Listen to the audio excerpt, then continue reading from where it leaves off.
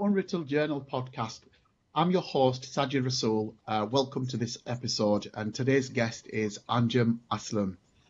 Anjam is a professional involved in specialising in program, project, change management, has a wide range of experience actually helping like in the public sector, private sector, voluntary organisations, and helping them deliver better services for their diverse customer base. Also has experience on focusing on outputs and outcomes by reviewing, enhancing processes, policies, and upskilling people, and also involved in capability and capacity planning. Today, we're here to talk about change management, and he's going to explain all that what I mentioned as well, because some of that sounds quite complicated to me as well. So welcome to the podcast, Anjam. How are you today? I'm good, thank you. How are you, Saj? Yeah, fantastic. So first question I want to ask you, and we hear the term change management a lot. It gets thrown about everywhere. What is change management and why is it important? Yeah, change management is essentially how you structure and facilitate that transition from the current state of an organisation, be it people, be it processes, to that new state. And as you say, that the term change management has been bandied about, but it's the methodology what underpins that transition to a state which is hopefully more fit for the future and a better readiness than their current state that they're transitioning from. Fantastic. And we see a lot of obviously big organizations tend to have like structured change management strategies in place, but a lot of the smaller ones don't seem to have that, do they? Or what's your experience in that? Yeah, it's quite insightful. I mean, I do, when I'm delivering sort of lectures and training on change management, I always talk about projects and programs.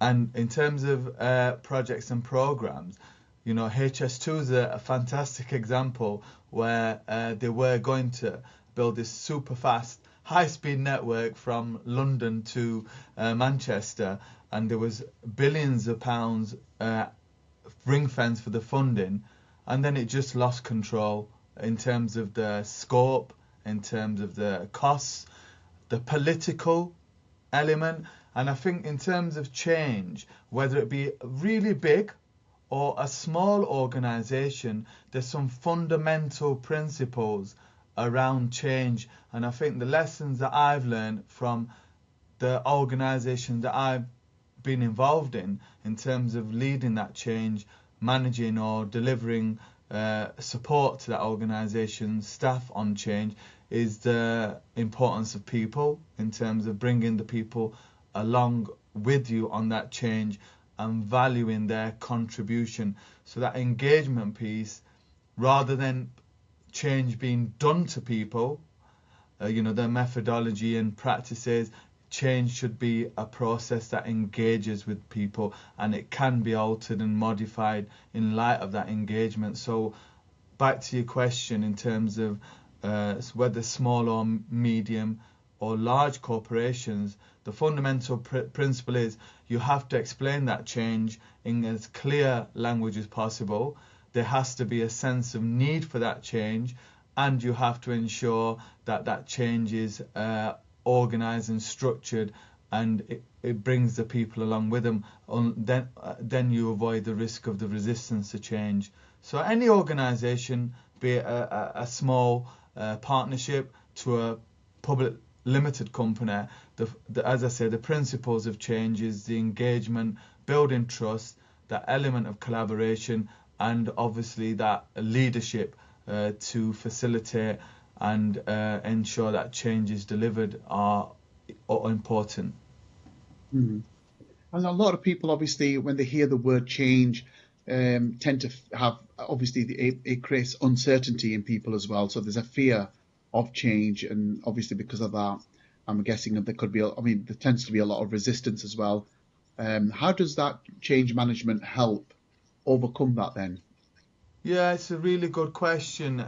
We have to accept and embrace as individuals change, because in our personal lives we go through so many changes which are often out of our control. So it's people around us, the political, we can see societally, we can see a movement of political ideologies from left and right. Now we move to the extremes of right-wing populist politics. So change, I think we sometimes think, people experience a resistance to change, but we have to recognize that change affects people differently. And the way we manage that change is to understand that there's different motivations for people. And if we look at that motivation, so for example, we have different models of adoption. And is equity important for people? Do people need autonomy? Do people need direction? All these different attributes are important at some point to people in terms of how they deal with change. And what a good change practitioner, a good person who's good at change, understands is you don't deal with people all in the same manner. You have to recognize that different people respond to change differently, and you have to have tools and techniques to cater for that different audience and be able to manage that and respect that people react to change differently. One of the key things about change, I feel, is you've got to explain why that change is happening and why that state which you're trying to transition to is better than the state which is currently in live in reality. So I think a lot of changes, you have to have ambassadors and champions to say, look, this change is going to occur. We're going to structure and support people, and this is the kind of benefits that we intend to realise through that change. And if you can get some quick wins where people say, oh, hang on, it did feel uncomfortable and it felt difficult, but actually it's made our job easier. AI is one example. If you look at artificial intelligence, it's very similar to when I introduced e-learning to organisations. They said it's going to replace teachers. They said, it's like the microwave was going to replace the gas cooker. But what you have to do is sometimes educate people, say, this is not there to replace it's there to enhance. And change is a lot about enhancing. If change is delivered well, it's often associated with improving outcomes. So what I use AI as an example because it's really topical. Is AI going to replace people? Well, not from what the research and from what I've seen. Artificial intelligence helps to enhance and improve your work capability, but it still needs a human quality assurance to make sure that the agents that are producing the artificial intelligence, that particular response makes sense, is better than what a human could produce, and is quality assured that it doesn't have errors in there. So that's where I essentially think. I think in terms of change, you've got to really articulate it in really clear terms, and you've got to really show the benefits of that. And then obviously you've got to have strong leadership. If you're a small organisation and there's funding streams and changes of political thought, you have to come along with them, and then your organisation has a transition to that mindset. And I think one of the key things I think works really well when I've been successful, and I've been fortunately successful in delivering lots of change initiatives, is the agile nature of change, having the ability to adapt and alter your approach in light of changing circumstances. If people see that you do have knowledge, you have awareness, you can communicate, you have method tools, a toolkit to manage that change, but you're also agile enough to respond to changing circumstances, then you get credibility, and people often come with you because they believe that you've got that leadership and you've got that strength of knowledge and character to deliver that change successfully. Yeah, and then I suppose I'm just thinking about my own experiences where I've some incidents where I've actually encountered change, like professionally or like work-wise, like for geography. Once there was a change in location where our patch basically where the geography, the territory where I could sell basically that changed. So that was there was there was positive and negative sides to that as well, obviously travel wise and things like that. And then obviously the good things were that obviously we've got access to new customers, new markets as well. So there's ups and downs, isn't it? Like you said. So I think everybody has to weigh that up. And another one, the big one I had was is it two pay they call it when a company gets taken over? Okay, yeah. Um, two pay, yeah. So Transfer. that was a changeover as well, and that was quite yeah. There was like people, there was a not like a panic, but there was uncertainty. A lot of questions were asked. People were concerned, especially the long-serving ones who had been there like 15, 30 years, wanted to know what their future was going to be holding with the new company taking over. And then the other one was where they had a change in pay structure, where the bonuses and commission payments were going to change, and that was like a radical change because So that was some examples I've encountered. Obviously, with personal life, you get a lot of changes. Yeah. People in your life, things circumstances change all the time. But you mentioned one thing about like change brings better. It can be better, but sometimes companies have to like share bad news. There might be cutbacks, or there could be. So it's not. Is it always better, or I mean, now it's a really philosophical question because it depends what lens you have on. yeah, If there's a restructuring for the board, if there's a reduction of operating costs, it's a win. But for the yeah, people who unfortunately are victims of that restructure, i.e., their jobs no longer required, obviously it's a loss. I mean, I've been on both sides of the fence. I mean, I worked for a government agency, and when the new government came in power, which was the Conservatives, they decided to close down that governmental organisation. But on the other hand, I'll give you an example, which is quite an interesting one to me, because when I left university, the first job I got was contracting on a change program, and it was for the Prudential, so it's in an area that you're quite familiar with, the financial services mhm, industry. And they had all IFAs, independent financial advisors, and they were selling lots of products, and they were earning lots of money, a lot more money than I was at that particular time, for sure. And I was I was one of these people who was a change consultant who was going round training these financial advisors who'd often just used a pen or back of a fag box to write down their customer notes. And that is the first time they'd ever seen. They were given a laptop and a mobile phone, and they were said, "You're gonna input the customer details on this CRM." At the time, CRM's 25 years ago.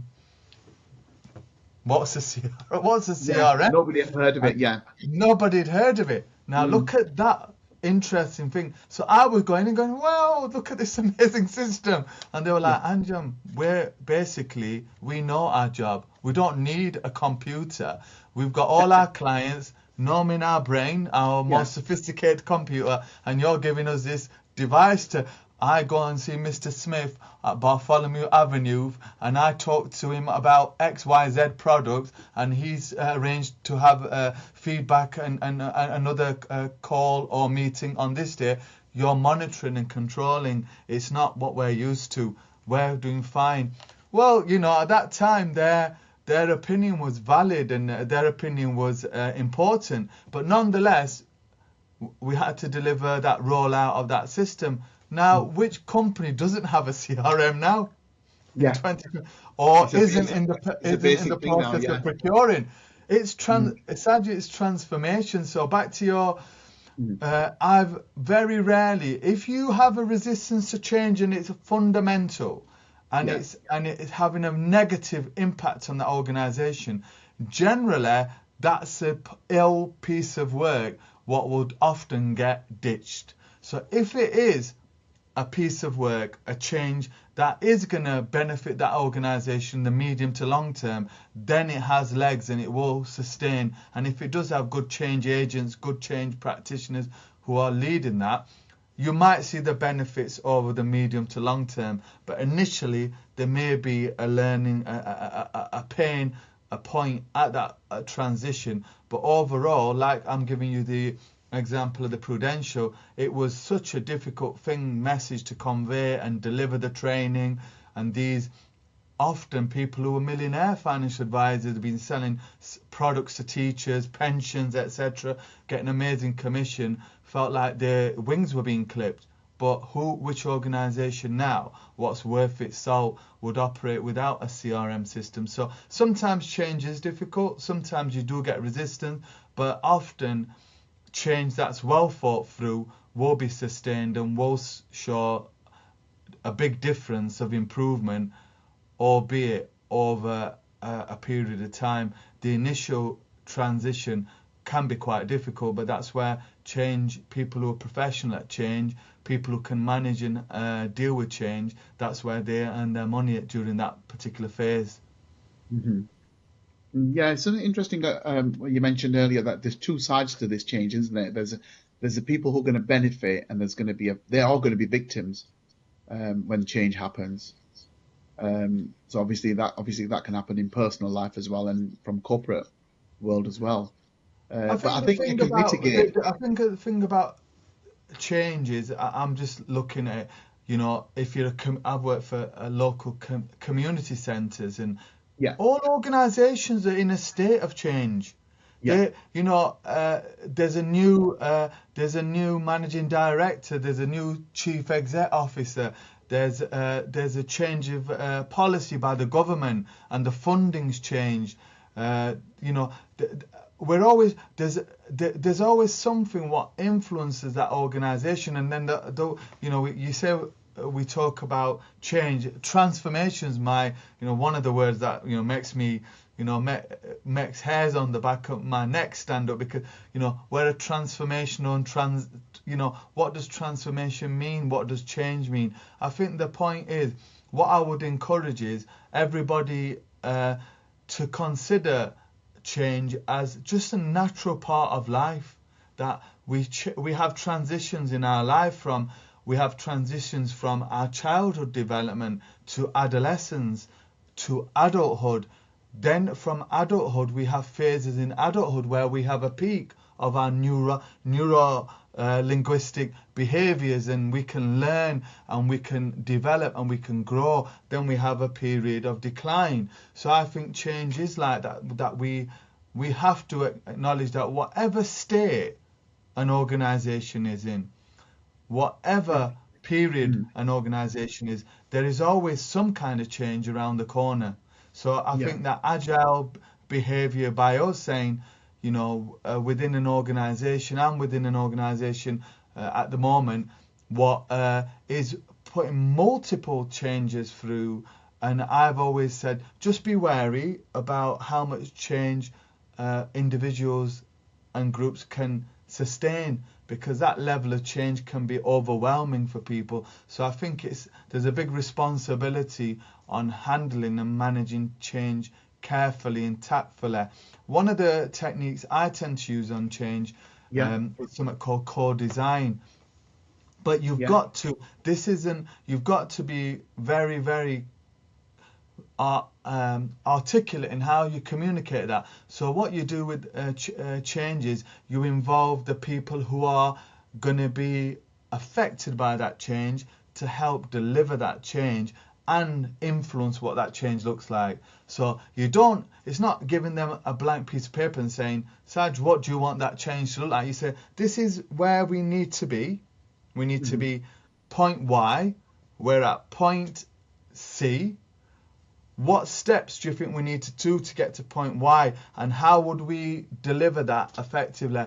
And that core design is really a powerful tool, because you're still facilitating change, and you still have a roadmap for that change. But what you're enabling, and I think enabling is a really key strong point, is you're enabling the participants who are going to experience that change to be active in that change process.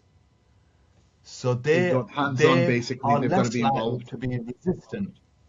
They're Hmm. less likely to be resistant. So if they're influencing that change and they Yeah, recognize and accept that change is going to take place, so rather than being passengers on that change journey, they're being active participants. It's quite interesting how effective that is in change. and Yeah. Is there transformation. any examples, Anjum, with that? Because obviously the ones I've mentioned here, it's always been like an employer employee or like the business or the broker's relationship.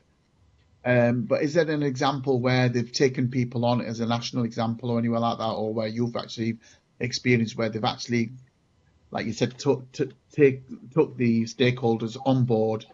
If there's any examples, what you can think of. I mean, if we take it from a purely a human side, which a lot of people are interested in the human rather than the processes and the governance. We do need governance. We need a control. We need a Mhm. framework.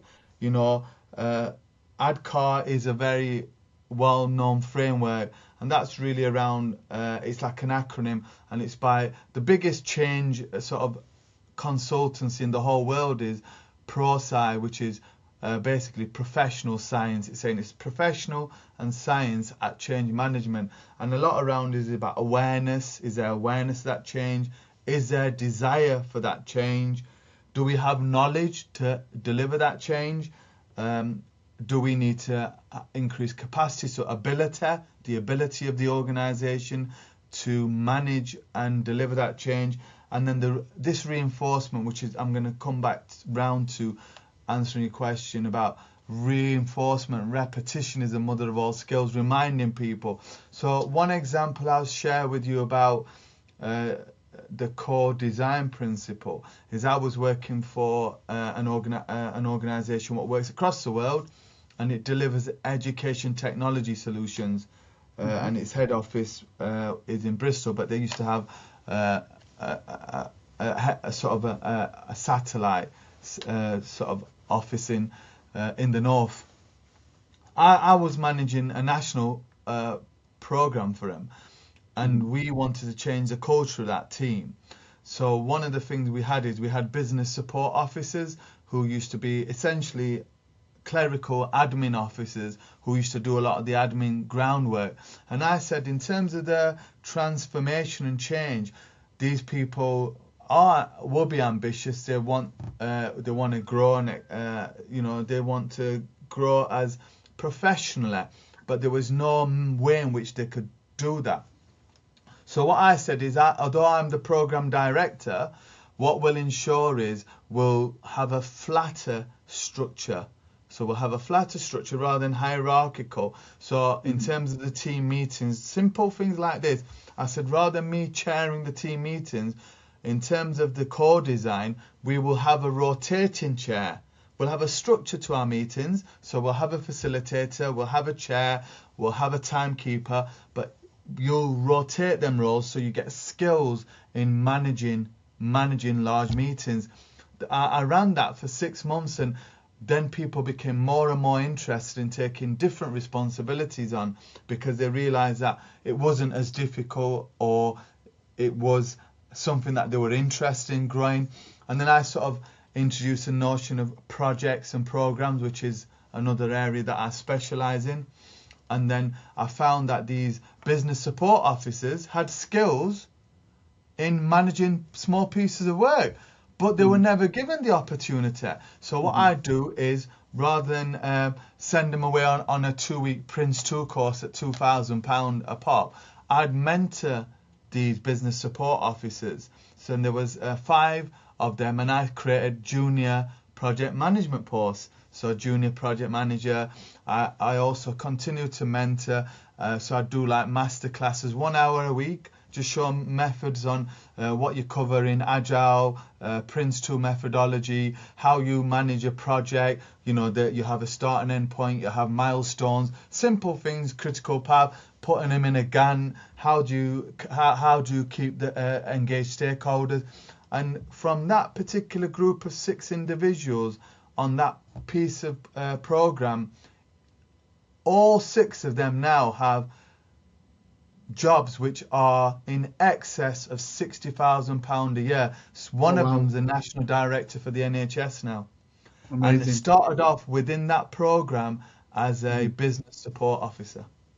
Amazing, So it's amazing. It just shows, it's doesn't it? yeah, I think it's So, harnessing, and it's credit to them. They've grown and developed professionally, mhm. but just giving people an opportunity, having trust, and involving them, giving them confidence, and then watching them grow and develop. Yeah, Watching them and I grow like and the fact develop. that they rotated, and also obviously that gave them an opportunity to share other roles, and also it brought out other skills they probably wouldn't have used or known of because they've never done that role before. So that sounds interesting as well. I suppose it's all about awareness, isn't it? Creating that awareness amongst people, because obviously the uncertainty. I suspect is the main thing you're trying to overcome when it's change. Is that correct, or am I wrong to believe that? I think there's a stigma, isn't there, Saj, with change, Yeah, and you have to recognize that change. If someone's experienced a negative change, what do you think yeah, their feeling's going to be about if you introduce another change initiative? of course it's going to be, yeah, So they're going to say, "Oh, Anjam, oh, what happened last time?" yeah, So this trauma, I call it, and it yeah, can be work or personal. This hmm trauma of change you have to somehow deal with, and there's so many models. So back to one of the things is you say to people, what's really important to you, Saj? So one of the models I use is by a neuroscientist, is a spaces model, and there's lots of models out there, and I encourage yeah, the people who are listening to the podcast to look at these sort of models. So hmm one of the models called spaces is, so I said to you, Saj, if you had to number these in what is important to you in rank order, is your self-esteem the most important thing to you, or is the purpose of what you're doing important, or is hmm it autonomy? So space is essentially an acronym for self-esteem, purpose, autonomy, certainty, equity, or social connection. Them things, if you say to a person, if you had to rank them in yeah, order of 1 to 6. Now, for me, equity it's so important to me as a matter of my principle. I'm yeah, into fairness and openness, and obviously coming from an ethnic minority background, I want equal access and rights yeah, to an interview, and I want to be treated fairly compared to my white counterpart. I also yeah, want people from when I was running programs, I was recruiting and trying to ensure that people from our black and minority ethnic background were applying for jobs that I was creating, yeah, because that sense of equity is important. Other people are often about their self-esteem. They like to feel important. There is people who like their job title, and it matters so much to them. So if you can understand what experience of change they had, and what in their brain is really important to them, you can sometimes maneuver and you can deliver that change because you're sensitive to what's important to them, in that individual. So if you have a group of 10 or you have a group of 100, you can still do that exercise. And even when I do that spaces exercise, they often come up to me at the end of that session and they said that was really interesting, because it was so hard for me to work out whether purpose or autonomy. Autonomy is really important to me as an individual. So if I said I don't like micromanagement, but some people really don't mind it. They like being told what to do. They like someone watching yeah, over them. If autonomy is important to you, you probably don't want to be a McDonald's crew member, do you? You know, there's that yeah. there's that I suppose, there's yeah. the different organizations will have different structures and different But your working management patterns, styles. yeah, So yeah, I ask yeah. you again, so in terms of the spaces framework, what do you think is important to you? What stands Do you know out to what? you? When Is you it mentioned that, I was thinking then, and for me, it were more than one. It can be more than one, can't it? what I I suppose tend to do purpose is is, they're important for all me, important to everybody. But what pardon? I ask to do is try to rank them in order. What's the most important to the least important? Oh, I see. Yeah. Yeah, it's an interesting exercise. I probably will do that actually. Yeah, but looking at this, I think just as a glance, I think purpose comes to mind, and obviously, like you mentioned, fairness is important as well. Um, and then what was equity then? Is that like So if we're equality? talking Yeah, about basic equity as yeah, equity, being fair. I'll explain quickly how I Yeah, do it. On a sheet of paper, I'll give them the spaces yeah, acronym, and I'll use equity as an example. It'll be in a table. It'll be in a yeah, table, and the left-hand side will have the spaces in it, and equity, and it'll have a description of what each one means. So there's yeah, no confusion. So equity, being treated fairly, feeling that both the process and outcome will be fair, exchanges are transparent, and yeah, being treated with honesty, decency, and fair play. So to me, number one, number one. yeah, And then what I say to them, which is this is what is quite a powerful tool, is saying the one that you least thought was important. What can we do as an organization to make that better?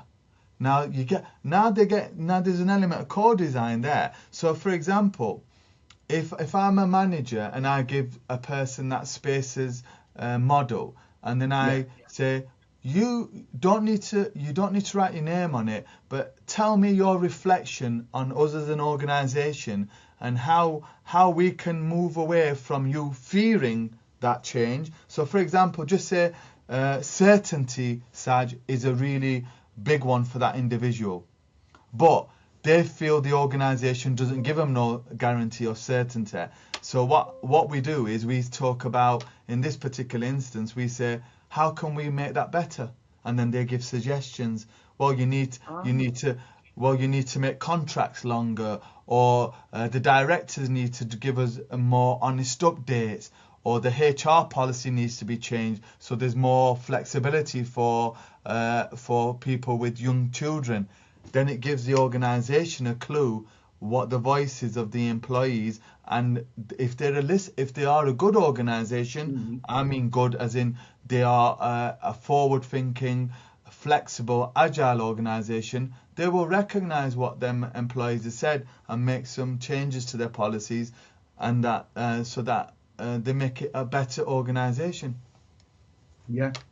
Yeah, very interesting that. Yeah. So there's the process basically is taking account of everybody that's going to be affected, but then also assessing what their motivation is, and then prioritizing that, and also what the lead, so they can basically, I suppose the idea is to sync everyone, so everyone is sync and singing from the same hymn sheet basically while you're going through this change. There's a lot where a lot of good ideas come from people not at the top of the organization. I'll give you another example of change. Mm. You know how you have frontline, they call them frontline staff, then you have your middle managers who line manage people, then you have your senior leadership. I always Yeah, change. I said, don't call them middle managers, call them middle leaders, because they are leading the organization, albeit in the middle of the organization. They're not at the top. So I yeah, think a lot of it's to do with, Sajid, a lot to do with trust and empowering people, and accepting that all the great ideas don't always come from the top. Steve Jobs was yeah, amazing at that, yeah, wasn't it? Apple, how he participated and engaged, and how thoughtful a leader, and how he made complex technology seem so pervasive and easy, and then he got everybody hooked on Apple.